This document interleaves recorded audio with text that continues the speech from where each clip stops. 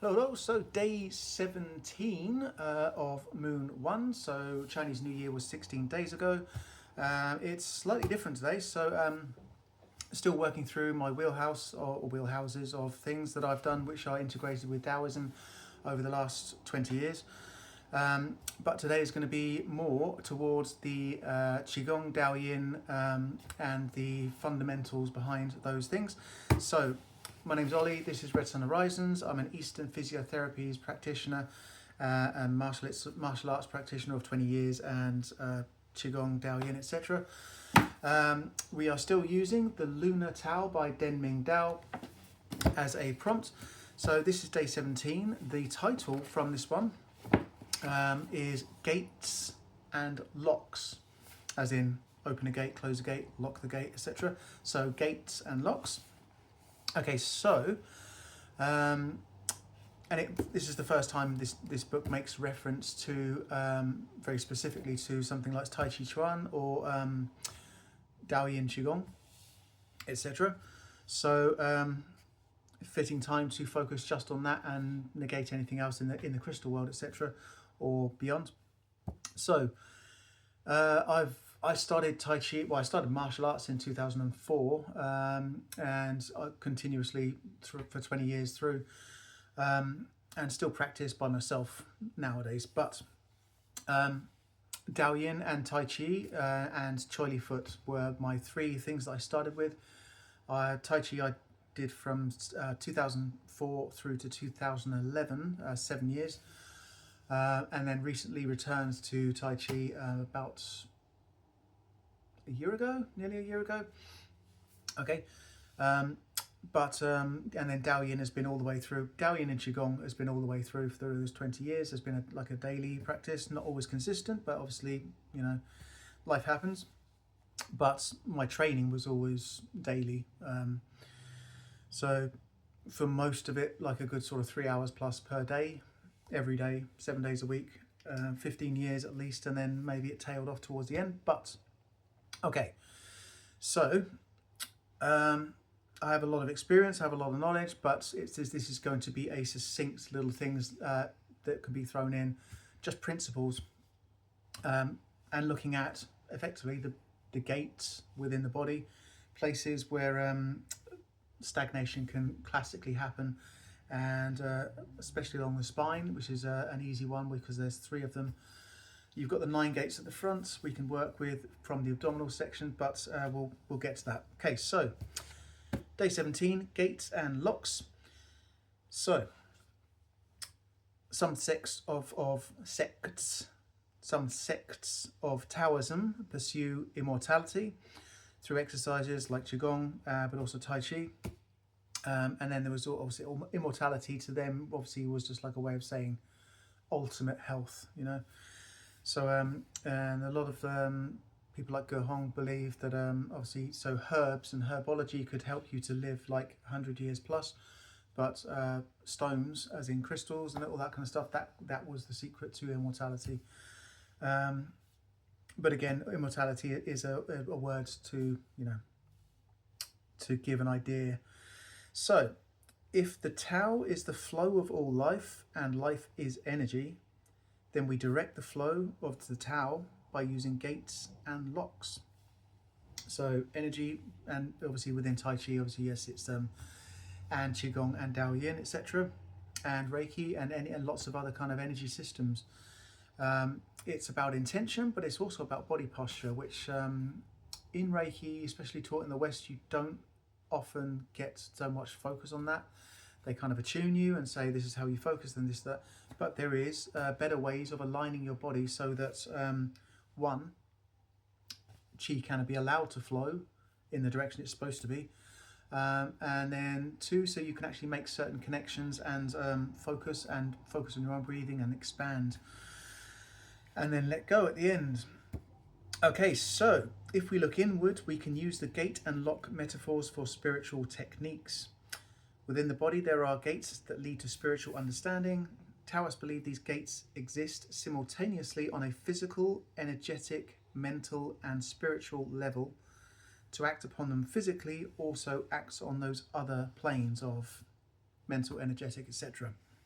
Okay, so there is things like acupressure and acupuncture and obviously everything else.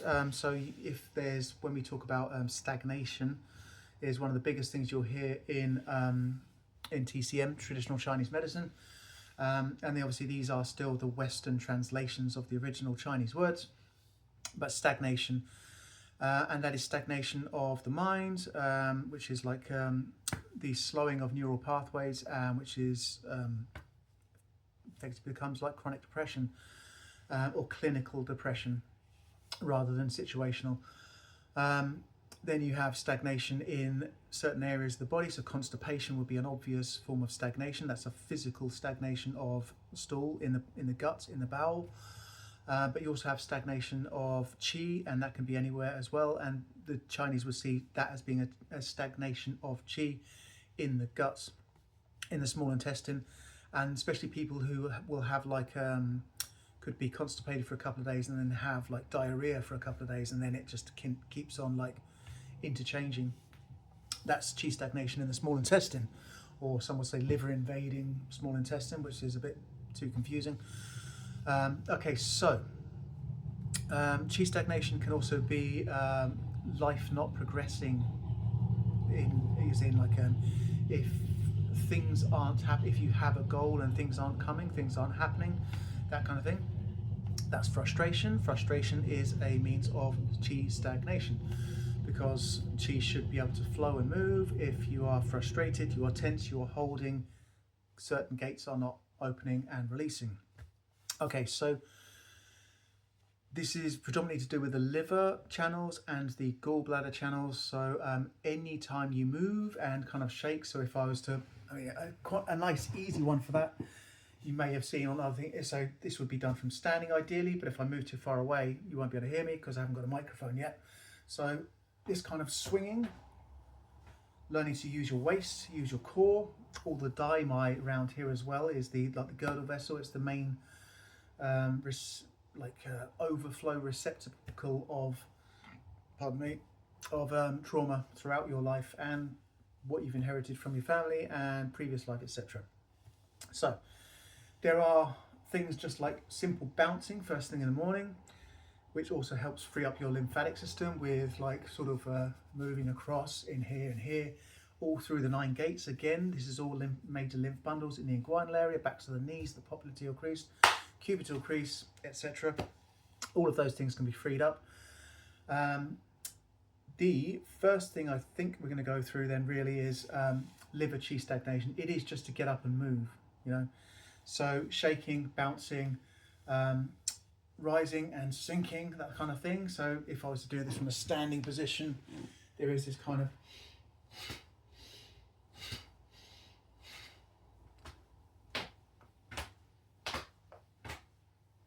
etc.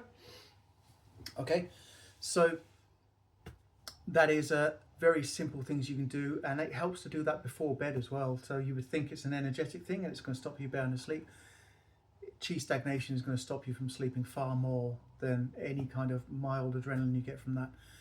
The main thing with those exercises is to try and keep your hips still and move your waist independently of the hips. So having that standing position with your knees slightly bent and back straight. So not this, but this. Pelvis tips forwards. That position keeps the back straight and opens up the back channels, which is I'm going to get to in a second. But also the knees, all the kidney channel and the bladder channel run through the backs of the legs and the backs of the knees. So the knees are a very good area for what we call the He points. He meaning in this case and or join, and then Si as in the ocean. So this is where qi becomes deeper and deeper, and it's, they say it's like it runs from into the ocean. It goes to the deeper points and has the most holistic effects. So they think of qi as running like from like a well to a spring to a river to all that, that kind of thing. We'll get to that at a different time. But okay, your back should be flat. So this, all when you people who sit at a computer or etc. or slouch and they just have all this going on, what the Americans coined as nerd neck. So someone who sits at the computer all day and is in this position, closing off C7 to T1 and C1 to the occiput, effectively. So where you're getting your neck to do this rather than this, yeah? So you have from this atlas point, so where the base of the skull, the occiput of the skull, joins C1, or the atlas bone of the neck, is one pump or gate. And then from the bottom of like C6, C7 through to T1 area, that again should be aligned. If that has this kind of curve, you're again closing that gate. And then the third pump is here down sacrum, so at the lower part. And then also you have a kind of, in a sense, it's where this curve naturally is, and that curve should be there when you walk, but not when you're standing, especially not when you're doing qigong practice. So because you are trying to encourage qi flow, so yang should be going upwards up the back, and then yin should be descending down the front. That connection should be there by tucking the tailbone under, which connects the origin of the dumai, which is number 1, or governing vessel 1, which is right on the tip of the coccyx, and you're joining that to the perineum, which is in the chakra system, the root chakra, but it is CV1, conception vessel 1, or Ren 1. So you are getting those two to connect, and then you are connecting at the top with the tongue on the roof of the mouth, because the dumai runs all the way over to here and then finishes right there on the top lip, top gum behind the top lip, and then the renmai comes right up and goes under the tongue. So connecting those two and connecting down to the bottom connects the renmai and the dumai, and that is what we call the microcosmic orbit that should flow up the back, down the front, always. You also have 4 vertebrae up from there. You have the kidneys, but in between that you have a place called Ming Meng, which is very vital for breath work, and it's not really talked about enough, and it's not really talked enough about even in martial arts. You might hear about it, but in martial arts we tend to talk of it being like more of an area, like the lower back, where you open and you push, and that's where you get momentum from for throws, for jumping kicks, jumping spinning kicks and all that kind of stuff, lots of different things, but for bracing and grounding. But the very specific point itself, which is right between the process of the spine, the vertebra above, etc., is literally, you can just about get a needle in there. It is a dangerous point to needle. It's not somewhere I choose to needle, and it reacts better to heat and energy work than a needle anyway, so why take that risk when you've got better options? So those 3 points, going back to the spine, are to allow yang to rise, and then obviously yin to descend, but they are also to allow spinal fluid to run up the back as well. So whenever you're doing any kind of meditation, whether that is from a Chinese origin or even from an Indian origin or otherwise, you have, well, you should realign your spine in that manner. So whether if you're sat in like an easy pose or a half lotus or full whatever, your spine, this is the reason for doing this. One is to create a slight discomfort so you don't fall asleep, but the other is to align your spine and your sacrum so all of those 3 are straight. So there's no point being here and then still doing this, because you are closing off these. With meditation, you want to feed the brain. So if you're closing off this gate, you're not just closing off spinal fluid, you are pushing down on the medulla oblongata, which is the blood supply to the brain. Blood supply is also oxygen supply. So chi supply, oxygen supply, and spinal fluid. Transcendental stuff, spinal fluid, getting up, you want to get the spinal fluid right up to the pineal gland and then up to the crown, effectively, is a source of enlightenment from certain systems like Zen Buddhism, obviously. Okay, so that's 3 gates. That's a nice easy one to remember, and any system that you do should be showing you how to posture, if nothing else, and that is a good reason behind that posturing. Okay, so one other thing I'll show you, so obviously the lymph obviously this here is actually Sanjal 17, or triple one was 17, triple heater, triple burner. It's got all these different names. Triple energizer is probably a nearer one, but Sanjal is its proper name. San meaning 3, and Jiao can mean name, but it's also like a sections or comparisons or comparables is another word. So the 9 gates of the front. I have done a video on this about a couple of years ago. That's on my Instagram page. I've got lots of little short stuff on there if you ever want to follow that. The 9 gates, so the navel itself, the belly button itself, is in this case gate 1. Just below that, over Chi Hai, which is Ren 6, is gate 2. Up onto the Ren 12, which is the stomach control point, is gates 3. And then just off of that, you slip sort of halfway, sort of, if your rectus abdominis is here, and this is the edge of the outer edge of the rectus abdominis, it's halfway in between. So this is gate 4 and 5, and then down from that is gate 6 and 7, and then up from that is gates 8 and 9.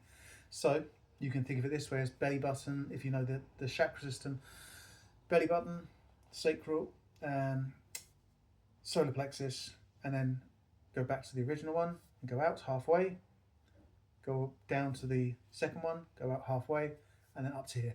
So breath work, your aim is to forget about internal organs, and you're trying to go fingers right through towards the spine. So go in and then push out. So this is a self-massage process where you push in and breathe. Finger pressure is constant, and it's the explosive motion of the abdomen. And then you go down to the next one, and you are trying to just move the area, so there shouldn't be any movement up here. Then when I go up here, there shouldn't be any movement down here. Yeah, so you're training mind-muscle connection. So through that, you're training 1, you're training 2, 3, 4 and 5, 6 and 7, 8 and 9, so 4 and 5, 6 and 7. And every time you go in, so this is, you can train this for breath of fire as well in yogic systems. So as you,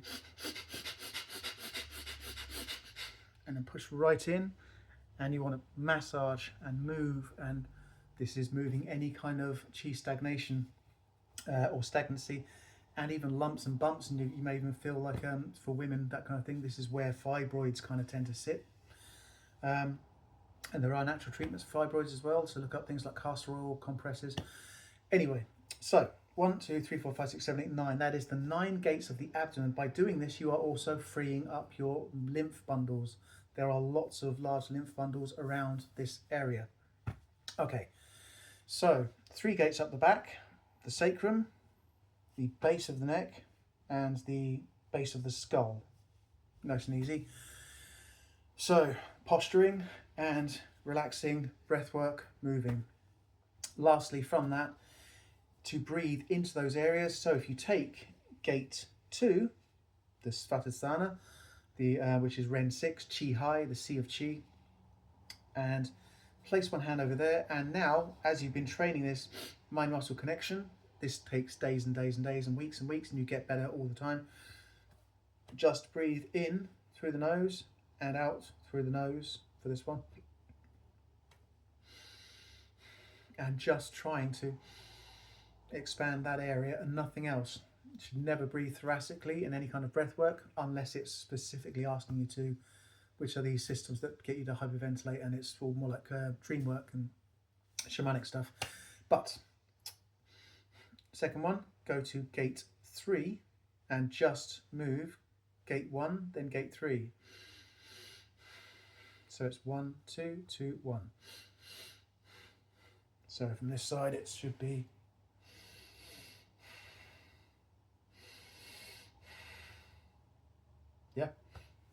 and then gate 1, gate 2, and gate 3. If you place your hands on the side, you're trying to just move the sides, but you do gate 1, gate 2, gate 3. So 1, 2, 3. And in doing 3, if your back is flat, you will start to work up the spine as well. And that is when you start to affect Ming Meng, which is quite possibly the most important body point in the entire body, if you had to pick one. So you then start to breathe, not just filling up this way, you start to breathe and fill up the back, and you start to deliberately move spinal fluid and chi and all that up the spine towards, so this is more the transcendental side of things.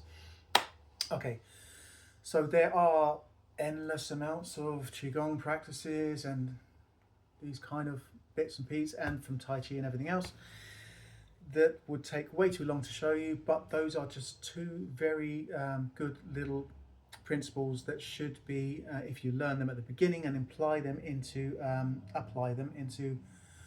any kind of breathworks system that you learn, or meditation system that you learn, because that breathing is still fundamental to just standard meditation. Mantras, you know, if you singing, you know, when you learn to breathe 1, 2, 3, 4, and you get this really, that on top, you've got this whole load of system where you can just continuously talk and talk and talk and talk and talk and talk and talk and talk and talk and talk and talk and talk and talk and talk, and then you have a whole really quick way of filling everything, and you will improve your lung capacity exponentially. Okay, so 3 gates up the back, the 9 gate system at the front. Obviously you can rewatch this video. There is a much more in-depth system of these 9 gates on my Instagram page. You might have to dig to find them, go back about a year or so, but they are there. Okay, so I will finish very, very soon, because again we're at the 20 minutes plus. But so open the gates and all of heaven flows through as imaginary lines between imaginary lines between stars guide us to new harbours. That kind of leads into tomorrow's one, which is called Vanishing Point, and it is the celebration of the star gods. There you go. Okay, so that is all for that.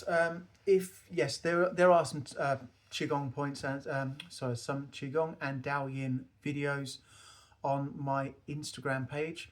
And that is, again, it's Red Sun Horizons within Instagram. It should be nice and easy to find if you ever want to look at those. I am going to be doing some more posts on that soon. Hopefully getting a microphone soon as well.